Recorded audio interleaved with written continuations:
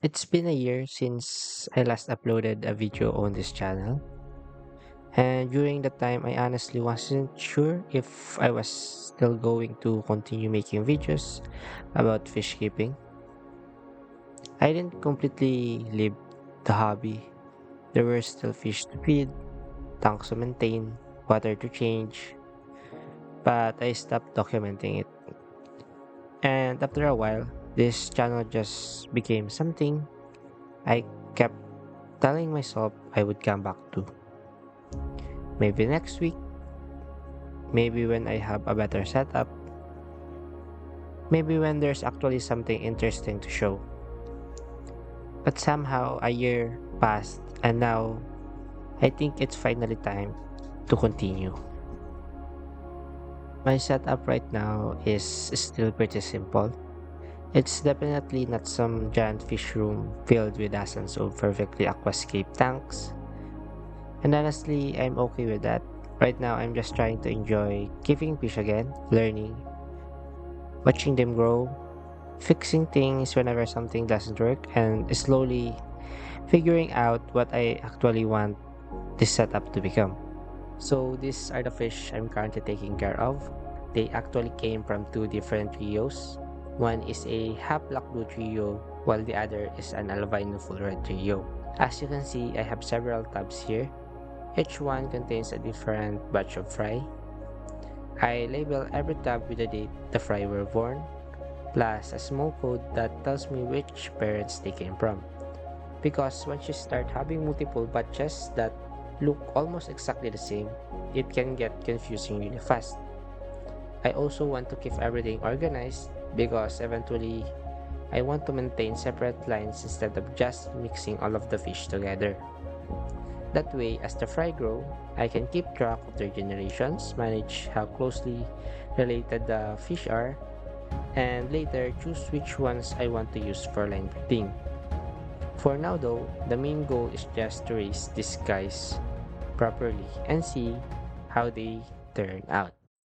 This batch of Haplak Blues are already around 2 months old and they are starting to show signs of maturity. Because of that, I'll be separating the males from the females before they start breeding so I can avoid any unplanned batches of fry. On the left side are the males and on the right side are the females. On a closer look, the males still aren't showing much of the blue coloration yet, but since they're still developing, I'll give them some more time and continue observing them. Once that blue starts to come through, it'll be a good sign that they're developing the traits that I'm looking for and maybe worth keeping instead of culling. On the other hand, the female shows yellowish color that came from the parent, but it does not mean it's skull. It's just that I prefer the is slightly grayish one. So I've successfully separated the males from the females. On the blue tab is the males and on the other tab is the females. I also added a moss or hair moss so that the water will still be oxygenated. As you can see on the moss, there is air bubbles or air pockets that it produces so that the water will still be oxygenated. So these are a much older batch of Haplak blues, and I found out that there are three males and one female, and they are nearly on a 3 months age, and the females looks pregnant, so I decided to separate them. While on the other hand, this batch is the first batch that I got from the parent one, and the females are the females display a yellowish tint of color. The male of this is Ikal since it's a batch of half black blues, but the pale shows orange color on its tail and its head. So I decided to call it. These ones are the first batch of the Albino Full Red.